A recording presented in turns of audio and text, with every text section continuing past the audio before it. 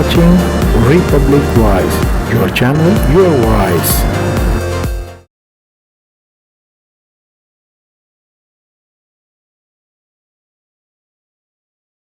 نہ دوں جو اللہ نے تمہارے لیے تیار کر رکھی ہے للذین اتقوا عند ربہم، جو پرہیزگاروں کے لیے ہے ان کے رب کے پاس، وہ کیا ہے؟ فرمایا جنات، جنتیں ہیں، تجری من تحتها الانہار، باغات ہیں جن کے نیچے نہریں بہ رہی ہوں گی، خالدین فیہا، اس دنیا کے اندر جتنا بھی مال و دولت جمع کر لیں کوئی ہمیشہ نہیں رہے گا، جو کچھ بھی جمع کرے گا یہی چھوڑ کر جائے گا، مگر جنت کی سب سے بڑی جو نعمت ہے وہ یہ ہے کہ بندہ جنت سے کبھی نکالا نہیں جائے گا، جنت میں ہمیشہ ہمیشہ رہے گا۔ وَأَزْوَاجٌ مُطَہَّرَةٌ، وہاں پر پاکیزہ بیویاں ہوں گی، اور سب سے بڑھ کر رضوان من اللہ، اللہ کی رضا ان کو عطا ہو جائے گی، اللہ کی رضا ان کو حاصل ہو جائے گی۔ تو فرمایا یہ جو اللہ نے نعمتیں تیار کر رہی ہیں آخرت میں تمہارے لیے، یہ زیادہ بہتر ہیں دنیا کی نعمتوں سے، چونکہ دنیا کی نعمتیں چھن بھی سکتی ہیں اور دنیا کی نعمتوں کو چھوڑ کر جانا پڑے گا، لیکن جو جنت کی نعمتیں ہیں وہ کوئی چھینے کے بھی نہیں تم سے، اور وہ نعمتیں تم سے چھینی بھی نہیں جائیں گی، بلکہ ہمیشہ ہمیشہ وہ نعمتیں تمہارے اختیار میں رہیں گی۔ پھر اللہ سبحانہ و تعالی نے بادشاہت، ملک یا کوئی بھی عزت، جاہ و مرتبہ یہ کہاں سے ملتا ہے، کیسے ملتا ہے، تو اللہ سبحانہ و تعالی نے اس کی حقیقت کو آشکار فرمایا، قُلِ اللَّهُمَّ مَالِكَ الْمُلْكِ، اے پیارے حبیب صلی اللہ تعالی علیہ وسلم آپ اس بات پہ اعلان فرما دیجئے کہ اللہ ہی مالک الملک ہے، تمام بادشاہت اللہ کے لیے ہے، تمام بادشاہت اللہ کے اختیار میں ہیں۔ تُؤْتِي الْمُلْكَ مَن تَشَاءُ وَتَنزِعُ الْمُلْكَ مِمَّن تَشَاءُ، وہ جس کو چاہتا ہے بادشاہت عطا فرماتا ہے اور جس سے چاہتا ہے اختیار واپس لے لیا کرتا ہے۔ ہم اگر تاریخ کا مطالعہ کریں تو اس دنیا میں فرعون نام کا بھی کوئی شخص تھا، کبھی نمرود نام کا بھی کوئی شخص تھا، کبھی حامان اور شداد نام کے لوگ بھی یہاں رہا کرتے تھے، مگر آج وہ کہاں ہیں؟ اور اسی طرح کے کئی فرعون ہم نے بھی اپنی آنکھوں سے دیکھے، جو یہ سمجھتے تھے کہ ان کی طاقت، قوت، اختیار کو کوئی چیلنج کرنے والا نہیں ہے، مگر آج ان کی حالت یہ ہے کہ اسکرین پہ کہیں نظر ہی نہیں آتے ہیں، وہ آج کوئی ان کا نام لینے والا نہیں ہے، اور ایک زمانہ تھا کہ ان کی رعونت اور تکبر سے لوگ ڈرا کرتے تھے۔ تو یہ تو اللہ سبحانہ و تعالیٰ کے اختیار میں ہے۔ اگر کسی کو دولت، کرسی، اقتدار اگر مل جائے تو یہ نہ سمجھے کہ یہ میرا حق تھا اور میں ہمیشہ اس کے اوپر براجمان رہوں گا، مجھے اس سے کوئی ہٹا نہیں سکتا، کوئی اتار نہیں سکتا، یہ خام خیالی ہے، یہ اپنے آپ کو دھوکہ دینا ہے۔ اگر اللہ نے اقتدار دیا ہے تو اسے خدمت کیجئے لوگوں کی۔ اللہ سبحانہ و تعالیٰ جب اقتدار دے سکتا ہے تو اقتدار واپس بھی لے سکتا ہے۔ طول تو مل سکتا ہے اقتدار کو، کہ 5 کی بجائے 10 سال، 10 کی بجائے 20 سال آپ رہ لیں، لیکن ایک نہ ایک دن آپ نے کرسی سے اترنا ہے۔ تو یہ اللہ سبحانہ و تعالیٰ کی شان، وہ جس کو چاہے ملک عطا فرمائے، جس کو چاہے اختیار عطا فرمائے، جس کو چاہے اقتدار عطا فرمائے، اور جس سے چاہے اقتدار کو واپس لے لے۔ اسی طرح عزت اور ذلت یہ اللہ کے اختیار میں ہے، اللہ کے ہاتھ میں ہے۔ وَتُعِزُّ مَن تَشَاءُ وَتُذِلُّ مَن تَشَاءُ، وہ جس کو چاہے عزتوں سے نواز دے اور جس کو چاہے دنیا کی نگاہوں میں ذلیل و رسوا کر دے، یہ سب اس کے قبضہ اختیار کے اندر ہے۔ بِيَدِكَ الْخَيْرُ، وہ جس کو جو چاہتا ہے عطا فرماتا ہے، اور اس کا اختیار جتنا خیر ہے وہ سارا کا سارا اللہ کے دست قدرت میں ہے۔ اِنَّكَ عَلَى كُلِّ شَيْءٍ قَدِيرٌ، بے شک اللہ ہر چاہے پر قادر ہے۔ تولج اللیل فی النہار وتولج النہار فی اللیل، وہی ہے جو دن میں رات کو داخل کرتا ہے اور رات میں دن کو داخل کرتا ہے، یعنی یہ جو دن اور رات کا آنا جانا ہے اتنا سسٹمیٹک ہے کہ ایسا نہیں ہوتا کہ ایک دم سے سورج نکل کے آ جائے سامنے، بلکہ آہستہ آہستہ اجالا ہونا شروع ہوتا ہے، تاکہ آپ کی آنکھیں اجالے کو سنبھالنے کے قابل ہو جائیں، اجالے کی شدت کو سہ سکے، آہستہ آہستہ روشنی ہوتی ہے۔ اور اسی طرح ایسا نہیں ہوتا کہ ایک دم سے اندھیرا اور رات آ جائے، بلکہ آہستہ آہستہ سورج غروب ہوتا ہے اور آہستہ آہستہ اندھیرا چھانا شروع ہو جاتا ہے۔ اللہ کی اس قدرت کا اندازہ آپ ایسے لگا سکتے ہیں کہ جیسے ایک دم سے لائٹ چلی جائے، جب ایک دم سے لائٹ جاتی ہے تو آپ کو کچھ بھی نظر نہیں آتا، اور جب اندھیرا ہو اور ایک دم سے لائٹ آ جائے تو بھی آپ کو کچھ بھی نظر، اس سے آپ کی آئی سائٹ پہ ایفیکٹ پڑتا ہے، آپ کی دیکھنے کی جو قوت ہے وہ متاثر ہوتی ہے۔ تو اللہ سبحانہ و تعالیٰ نے فرمایا کہ دیکھو اس کی شان یہ ہے کہ ایک دم سے دن نہیں آتا بلکہ رات میں وہ دن کو داخل کرتا ہے، اور ایک دم سے رات نہیں آ جاتی بلکہ دن میں وہ رات کو داخل کرتا ہے۔ وَتُخْرِجُ الْحَيَّ مِنَ الْمَيِّتِ، وہ زندہ سے مردہ کو نکالتا ہے۔ وَتُخْرِجُ الْمَيِّتَ مِنَ الْحَيِّ، اور میت سے یعنی مردہ سے وہ زندہ کو نکالتا ہے۔ یعنی یہ جو انڈا ہے اس کے اندر آپ دیکھ سکتے ہیں کہ اس سے چوزا نکلا، تو انڈا تو میت تھا، مردار تھا انڈا، لیکن اس میں سے چوزا کیسے نکل کے آ گیا؟ وہ کون سی طاقت تھی جس نے اس کے اندر ایک چوزے کو پروان چڑھایا؟ یہ انڈے کی سفیدی اور زردی کو ملا کر ایک جیتا جاگتا چوزا بنا دیا، اس کے اندر روح بھی پھونک دی، اور وہ بند انڈے میں اس کا دم بھی نہیں گھٹا، وہ زندہ رہا۔ تو کہا یہ اللہ ہی کی قدرت ہے، وہ زندہ سے مردہ کو نکالتا ہے اور مردہ سے زندہ کو نکال دیتا ہے۔ وَتَرْزُقُ مَن تَشَاءُ بِغَيْرِ حساب، اور جس کو چاہتا ہے بغیر حساب و کتاب روزی عطا فرماتا ہے، بغیر حساب و کتاب رزق عطا فرماتا ہے۔ پھر اللہ سبحانہ و تعالی نے اپنی بارگاہ کا محبوب بننے کا طریقہ بھی بتا دیا۔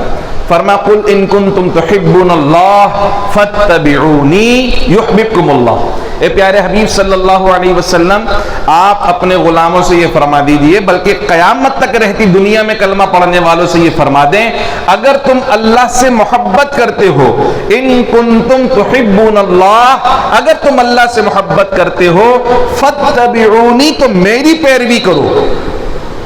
کتنی حیرت کی بات ہے کہ محبت کس سے ہے؟ زور سے بولنا ذرا۔ اور اتباع کس کی جائے؟ رسول اللہ کی۔ بھائی محبت اللہ کی تو اطاعت و پیروی بھی اللہ کی ہونی چاہیے، مگر اللہ خود کہہ رہا ہے اے حبیب ان سے کہو اگر اللہ سے محبت کرتے ہو تو رسول اللہ کی اتباع کرو۔ کیا ہوگا؟ یحببکم اللہ، چونکہ اللہ کے رسول اللہ کے محبوب ہیں، جو محبوب کے نقش قدم پر چلے گا وہ بھی محبوب بن جائے گا۔ محبوب بننے کا اس سے آسان طریقہ کوئی نہیں ہو سکتا، اللہ کی بارگاہ کا قرب حاصل کرنے کا اس سے آسان طریقہ کوئی نہیں ہو سکتا۔ سب سے زیادہ سمپل، سادہ اور آسان طریقہ کیا ہے؟ بس اللہ کے رسول کی اتباع کی جائے۔ فرمایا یحببکم اللہ، ابھی تم کہتے ہو کہ تم اللہ سے محبت کرتے ہو، مگر جب میری اتباع کرنے لگ جاؤ گے تو پھر تمہیں کہنے کی ضرورت نہیں پڑے گی، اللہ خود تم سے محبت کرنے لگ جائے گا۔ اور صرف یہی انعام نہیں ملے گا کہ اللہ محبت کرنے لگ جائے گا، بلکہ جب اللہ کسی کو محبوب بناتا ہے تو اس کو گناہگار بھی نہیں چھوڑتا۔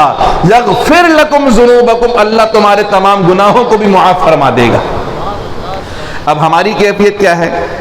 ہماری کیفیت یہ ہے کہ ہم چاہتے تو ہیں کہ اللہ کے محبوب بن جائیں، ہم چاہتے ہیں کہ اللہ ہم سے پیار کرے، ہم چاہتے ہیں کہ اللہ کی رحمتیں اور برکتیں ہم پر نازل ہوں، مگر ہم نے اللہ کے رسول کی پیروی نہیں کرنی، ہم نے اپنی مرضی چلانی ہے، اپنی مرضی کے مطابق زندگی گزارنی ہے۔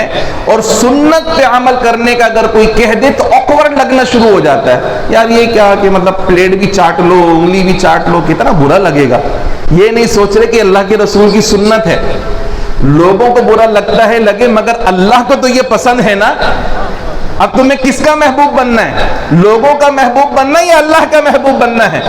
تم تو اپنا سر کٹا کر بھی اگر کسی کے ہاتھ میں رکھ دو تو لوگ پسند نہیں کریں گے، بولیں گے ٹیڑھا کٹا ہے، تھوڑا سا ادھر سے تھوڑا نیچے ہو گیا، ادھر سے تھوڑا اوپر ہو گیا، صحیح نہیں کٹا، برابر لیول نہیں آیا۔ لوگ تو کسی صورت میں خوش ہونے والے نہیں ہیں، لوگ تو کبھی آپ کی کسی بھی بات کا صلہ دینے والے نہیں ہیں۔ اس لیے اگر راضی کرنا ہے تو رب کو راضی کرو، رب راضی سب راضی۔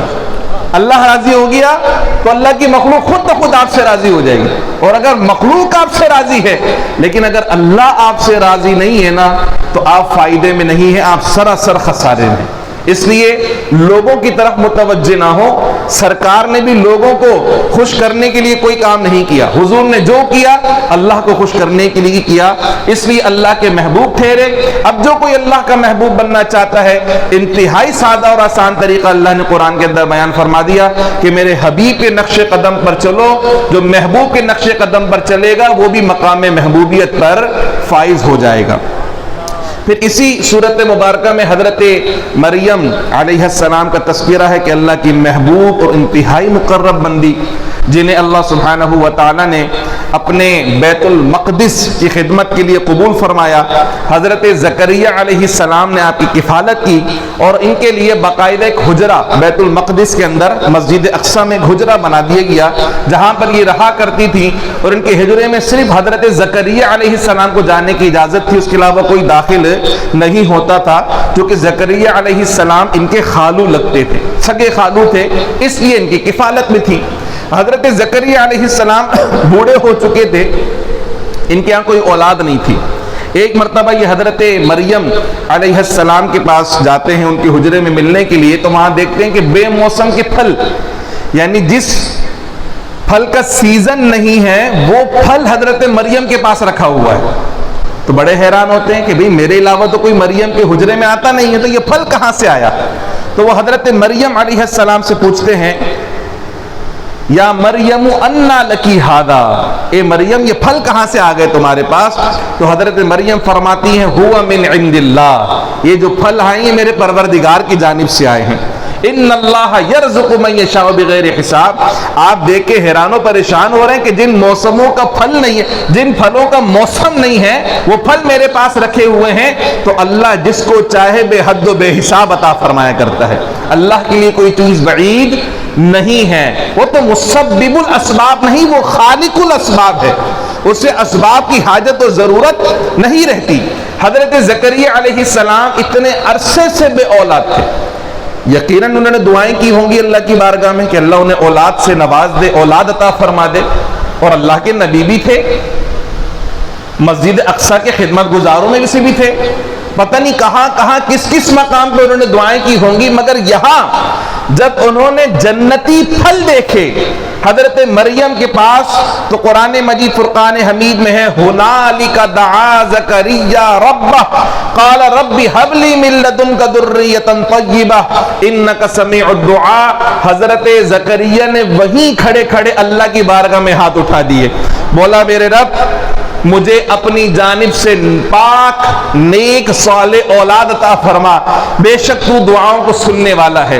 یہ نبی کا طریقہ کہ جہاں جنتی پھل ہوں وہاں دعا مانگ رہے ہیں کہ اللہ سبحانہ و تعالیٰ کی ایک محبوب بندی یہاں عبادت گزار ہے جس کی ضیافت کے لیے اللہ جنت کے پھل بھیجا کرتا ہے, اس کے قرب میں دعا مانگی جائے تو اللہ سبحانہ و تعالیٰ شرف قبولیت عطا فرمائے گا. یہ نبیوں کا عقیدہ ہے کہ اللہ کے محبوبوں کے پاس جا کر دعا مانگی جائے تو اللہ ضرور قبول فرمایا کرتا ہے. یہی وجہ ہے کہ ہم مسجد میں بھی دعا مانگتے ہیں, مسجد میں بھی اللہ ہی سے مانگتے ہیں, اور اگر کسی بزرگ کے مزار پر جاتے ہیں تو وہاں پر بھی اللہ ہی سے مانگتے ہیں, اور اسی عقیدے کے ساتھ مانگتے ہیں کہ جہاں جنتی پھل ہو وہاں بھی دعائیں قبول ہوتی ہیں, جہاں جنتی بشر ہو وہاں بھی دعائیں قبول ہوتی ہیں. اور اللہ سبحانہ و تعالیٰ اپنے محبوبوں کے صدقے میں بندوں کو نوازتا بھی ہے. اور یہاں تصدیق کی مہر لگائی اللہ نے. اب یہ دعا ہی مانگ رہے تھے, فنادتہ الملائکۃ وہو قائم یصلی فی المحراب.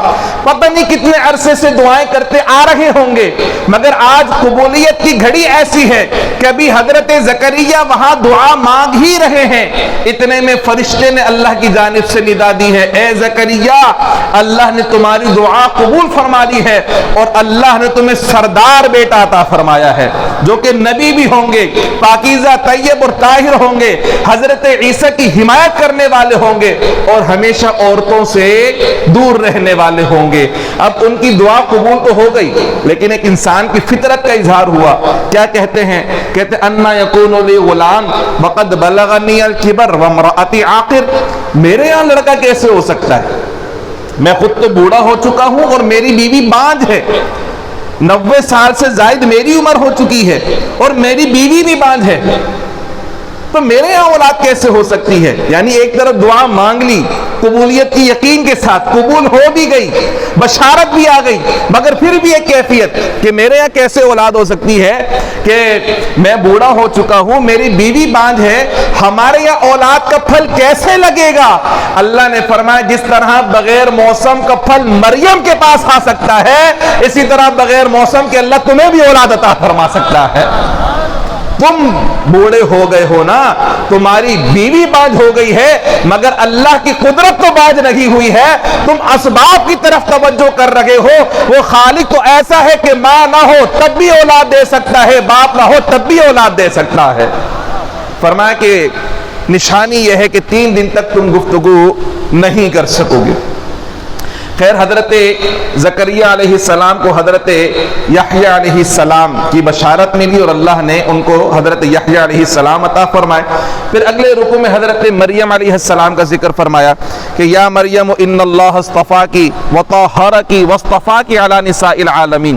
اے مریم, اللہ سبحانہ و تعالی نے تم کو چن لیا ہے اور تمہیں پاکیزہ طیب کر دیا ہے, اور تمہیں تمام جہان کی عورتوں پر اللہ سبحانہ و تعالی نے فضیلت عطا فرمائی. ان کے زمانے میں جتنی عورتیں تھیں ان تمام عورتوں پر سب سے زیادہ فضیلت اگر کسی خاتون کو حاصل تھی وہ حضرت مریم علیہ السلام تھی.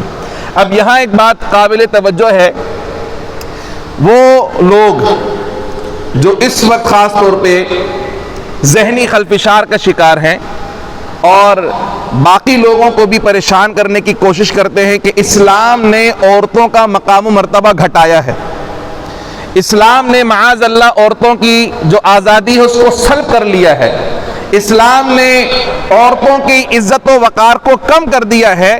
میں ان کی توجہ اس آیت مبارکہ کی جانب دلا رہا ہوں کہ آپ عزت و وقار کم کرنے کی بات کرتے ہیں. اللہ سبحانہ و تعالیٰ تو قرآن میں یہ کہہ رہا ہے کہ اس زمانے میں جتنی عورتیں تھیں ان تمام عورتوں پر سب سے زیادہ فضیلت کسی ایک عورت کو حاصل تھی, اور اس عورت کا نام حضرت مریم تھا. اور یہاں یہ پتہ چلا یہ فضیلت کیوں ملی, چونکہ وہ سب سے زیادہ شرم و حیا کرنے والی تھی, وہ سب سے زیادہ طیب اور طاہر تھیں, وہ سب سے زیادہ پاکیزگی اختیار کرنے والی تھی, اس لیے اللہ نے ان کو فضیلت عطا فرمائی. تو فضیلت کا معیار بال کھلے ہونا نہیں ہے, فضیلت کا معیار چھوٹے کپڑے پہننا نہیں ہے, فضیلت کا معیار انگریزی بولنا نہیں ہے, فضیلت کا معیار یونیورسٹی سے ڈگری لے لینا نہیں ہے, فضیلت کا معیار اللہ کی بارگاہ میں شرم و حیا ہے, فضیلت کا معیار تقوی و پرہیزگاری ہے, فضیلت کا معیار اللہ تعالیٰ کی فرما برداری ہے. اور جو کوئی آج بھی ان اوصاف کو اپنے اندر پیدا کرے اللہ سبحانہ و تعالیٰ اس سے بھی اپنے زمانے کے لوگوں پر فضیلت عطا فرمائے گا.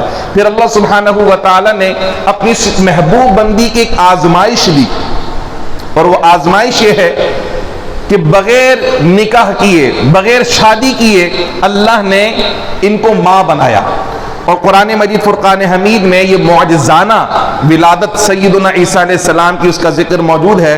اللہ سبحانہ و تعالیٰ نے فرمایا کہ مریم کو فرشتوں نے یہ خوشخبری دی کہ اللہ سبحانہ و تعالیٰ آپ کو اپنا کلمہ عطا فرمائے گا جس کا نام مسیح عیسیٰ ابن مریم ہوگا. اب آیت میں حضرت عیسیٰ کا مکمل نام سنیں, عیسیٰ ابن مریم ہوگا. اس سے پتہ چلتا ہے کہ حضرت عیسیٰ اللہ کے بیٹے نہیں ہیں. اگر اللہ کے بیٹے ہوتے تو اللہ فرماتا ہے عیسیٰ ابن اللہ ہوگا, لیکن فرمایا عیسیٰ ابن مریم ہوگا, مریم کا بیٹا ہوگا عیسیٰ. نام بھی ان کا بیان فرما دیا, وجیہن فی الدنیا والآخرہ, دنیا اور آخرت میں بڑے وجیح شخصیت کے مالک ہوں گے. ومن المقربین, اور اللہ کے انتہائی مقرب بندوں میں سے ہوں گے. وَيُكَلِّمُ النَّاسَ فِي الْمَهْدِ وَكَهْلًا, وہ اپنے پنگھوڑے میں جھولے میں بھی لوگوں سے گفتگو کریں گے اور جوان ہونے کے بعد بھی لوگوں سے کلام کریں گے. تو حضرت مریم کہنے لگیں کہ میرے یہاں بیٹے کی ولادت کیسے ہو سکتی ہے, مجھے تو آج تک کسی مرد نے ہاتھ نہیں لگایا. یعنی جو ایک قانون فطرت ہے کہ مرد و عورت کا ملاپ ہوگا تو اولاد ہوگی نا, تو مجھے تو آج تک کسی مرد نے ہاتھ ہی نہیں لگایا, میرے یہاں اولاد کیسے ہو سکتی ہے. تو اللہ سبحانہ و تعالیٰ نے فرمایا کہ اللہ کا یہی حکم ہے, اور اللہ سبحانہ و تعالیٰ اسباب کا محتاج نہیں ہے. اس کی شان یہ ہے اذا قضا امرا فانما يقول له كن فيكون, جب وہ کسی کام کا ارادہ فرماتا ہے تو اس کام سے کہتا ہے کہ تو ہو جا تو وہ ہو جاتا ہے, خود بخود اسباب بنتے چلے جاتے ہیں. اور پھر اللہ سبحانہ و تعالیٰ نے فرمایا کہ جو نبی ہوں گے وَيُعَلِّمُهُ الْكِتَابَ وَالْحِكْمَةَ وَالتَّوْرَاةَ وَالْإِنْجِيلَ, عیسیٰ علیہ السلام کو اللہ سبحانہ و تعالیٰ کتاب کا علم بھی عطا فرمائے گا, حکمت بھی عطا فرمائے گا, تورات کا علم بھی عطا فرمائے گا, انجیل کا علم بھی عطا فرمائے گا. وَرَسُولًا إِلَىٰ بَنِي إِسْرَائِيلَ, اور حضرت عیسیٰ بنی اسرائیل کی طرف رسول بن کر آئیں گے. یہ کمپیریٹیو ریلیجن کے لوگوں کے لیے خاص طور پہ بات سمجھنے کی ہے. آج عیسائی مشنری، عیسائی مبلغین عیسائی مذہب کی تبلیغ کرتے ہیں اور وہ مسلمانوں کے پاس جا کر انہیں عیسائی بنانے کی کوشش کرتے ہیں، حالانکہ خود عیسائی کتب اور قرآن مجید فرقان حمید یہ بتاتی ہے کہ حضرت عیسیٰ پوری انسانیت کے رسول بن کر نہیں آئے تھے، وہ صرف بنی اسرائیل کے رسول بن کر آئے تھے. جب وہ بنی اسرائیل کے رسول بن کر آئے تھے تو ان کے مذہب کی تبلیغ کرنے کی اجازت نہیں ہے. وہ کسی اور کو کیسے تبلیغ کر سکتے ہیں؟ کیونکہ عیسیٰ علیہ السلام نے خود نہیں کہا کہ میں پوری انسانیت کے لیے رسول بن کر آیا ہوں. پوری انسانیت کے لیے اگر کوئی رسول بن کر آیا ہے تو ہمارے آقا محمد مصطفیٰ صلی اللہ علیہ وسلم. اللہ سبحانہ و تعالی نے فرمایا انی رسول اللہ الیکم جمیعا، اے پیارے حبیب صلی اللہ علیہ وسلم آپ تمام لوگوں کے لیے رسول بنا کر بھیجے گئے. خود پیارے آقا صلی اللہ علیہ وسلم نے فرمایا ارسلت الی الخلق کافہ، میں تمام مخلوقات کی طرف رسول بنا کر بھیجا گیا. پھر اللہ نے فرمایا وما ارسلناک الا رحمتا للعالمین، تمام جہانوں کے لیے رحمت بنا کر بھیجے گئے. تو صرف ہمارے آقا ہیں جو تمام انسانیت کے لیے رسول بنا کر بھیجے گئے. حضرت عیسیٰ علیہ السلام صرف بنی اسرائیل کے رسول تھے، اس لیے ان کے مبلغین کی تبلیغ کرنا درست نہیں ہے. پھر اللہ نے ان کی شان بیان فرمائی، کہا کہ ان سے اللہ سبحانہ و تعالی کی صفات کا اظہار ہوگا. وہ کیسے؟ مریض کو شفا دینے والا کون؟ زور سے بولیں. مریض کو شفا دینے والا کون؟ اندھوں کو آنکھیں دینے والا کون؟ پرندوں کو زندگی دینے والا کون؟ مردوں کو زندہ کرنے والا کون؟ ہم سب کا عقیدہ ہے شفا بھی اللہ نے دینی ہے، آنکھیں بھی اللہ نے دینی ہے، زندگی بھی اللہ نے دینی ہے، موت بھی اللہ نے دینی ہے. مگر اللہ قرآن کے اندر بیان فرما رہے ہیں کہ حضرت عیسیٰ علیہ السلام یہ سارے کام کیا کرتے تھے. عیسیٰ علیہ السلام فرماتے ہیں انی اخلق لکم من الطین کہیئت الطیر فانفخ فیہ فیکون طیرا باذن اللہ، میں مٹی سے پرندہ بناتا ہوں اور پھر اس کے اندر پھونک مارتا ہوں تو اللہ کے حکم سے زندہ ہو کر اڑنے لگ جاتا ہے. مٹی کا پرندہ پھونک ماری اڑنے لگ گیا. وَأُبْرِئُ الْأَكْمَحَ وَالْأَبْرَصَ وَأُحْيِي الْمَوْتَى بِإِذْنِ اللَّهِ، میں مادر ذات اندھوں کو آنکھیں دیا کرتا ہوں، جو برس کے مریض ہیں اپنا دست رحمت ان کے جسم پہ پھیرتا ہوں، شفا مل جایا کرتی ہے. اور وَأُحْيِي الْمَوْتَى بِإِذْنِ اللَّهِ، میں مردوں کو اللہ کے حکم سے زندہ کر دیا کرتا ہوں. حضرت عیسیٰ نے کہا یہ کام میں کرتا ہوں، لیکن کس کے حکم سے؟ اللہ کی. یہی ہمارا عقیدہ ہے کہ اللہ کی صفات کا ظہور اللہ کے محبوبوں سے ہو سکتا ہے، اور یہ عقیدہ خود قرآن سے ثابت ہے. یعنی اللہ کے محبوب اولاد بھی دے سکتے ہیں. حضرت جبریل نے حضرت مریم کو کہا تھا لِأَهَبَ لَكِ غُلَامًا زَكِيًّا، میں تمہیں بیٹا دینے کے لیے آیا ہوں. حالانکہ بیٹا کس نے دینا ہے؟ مگر جبریل نے کہا کہ میں دینے کے لیے آیا ہوں. تو کیا جبریل معاذ اللہ مشرک ہو گئے؟ انہوں نے کہا میں دینے آیا ہوں. انہوں نے یہ کیوں نہیں بولا کہ اللہ نے بھیجا ہے؟ تو یہی ہمارا عقیدہ ہے کہ اللہ کے محبوب دے سکتے ہیں اللہ کی عطا سے. اور جب یہ بات آ جائے اللہ کی عطا سے تو پھر شرک نہیں ہو سکتا. برابری ہو ہی نہیں رہی نا. برابری تو اس وقت ہو جب بولے اللہ بھی دے سکتا ہے یہ بھی دے سکتے ہیں، یہ شرک ہو جائے گا. ہم کہہ رہے ہیں کہ یہ دے تو سکتے ہیں مگر اللہ کی عطا سے. اور اللہ نے خود قرآن مجید میں اپنے محبوب بندے کی شان بیان فرمائی ہے. اور یہی عقیدہ الحمدللہ ہم اہل السنہ و جماعت کا ہے کہ اللہ سبحانہ و تعالیٰ اپنے محبوب بندوں کے ذریعے اپنے بندوں کی حاجتیں پوری فرماتا ہے، ان کی ضروریات کو پورا فرماتا ہے. حقیقی دینے والا وہ ہے، تقسیم اپنے بندوں کے ہاتھ سے کرواتا ہے. اللہ سبحانہ و تعالیٰ ہم سب کی اس حاضری کو اپنی بارگاہ میں شرف قبولیت عطا فرمائے. جو مختصر ہم نے کلام کی اللہ کریم اسے یاد رکھنے، اس پہ عمل کرنے اور دوسروں تک پہنچانے کی توفیق عطا فرمائے. ابھی دعا تو ہونے دو، ایک سے اٹھ کے بیٹھ گئے اتنی جلدی.